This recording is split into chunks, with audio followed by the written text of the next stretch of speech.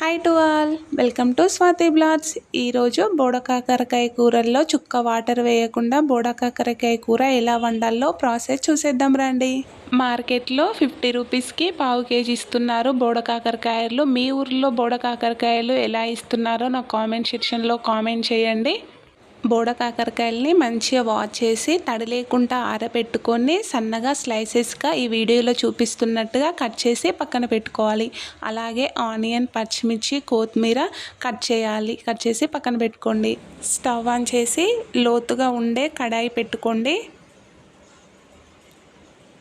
ఇందులోకి 3 టేబుల్ స్పూన్ల ఆయిల్ వేస్తున్నాను.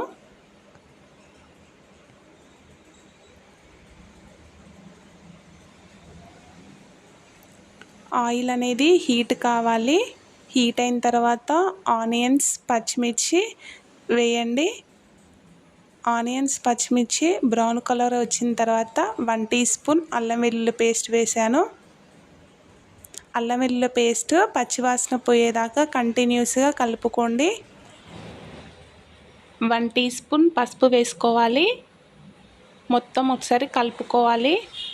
ఇప్పుడు మనం కట్ చేసుకున్న బోడకాకరకాయల్ని కొద్దిగా ట్రాన్స్ఫర్ చేసుకోండి.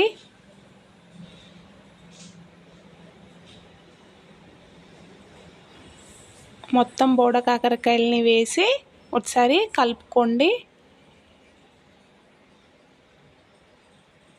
ఇలా మొత్తం కలుపుకున్న తర్వాత మూత పెట్టేయండి ఒక 10 మినిట్స్ వరకు. ఇంకా ఎవరైనా బోడకాకరకాయ కూర తిననట్టయితే సీజన్ అయిపోతుంది, త్వరగా తెచ్చుకొని తినండి. 1 టీ స్పూన్ సాల్ట్ వేసుకోవాలి.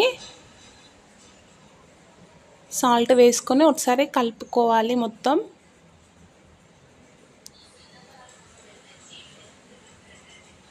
కలుపుకొని ఒక 10 మినిట్స్ మూత పెట్టేయండి. 10 మినిట్స్ తర్వాత మూత తీసి చూస్తే ఆయిల్ అంతా ఇలా పైకి తేలుతూ వస్తుంది. అప్పుడు 1½ టీ స్పూన్ కారం వేసుకోవాలి. ఒకసారి మొత్తం కలుపుకోవాలి.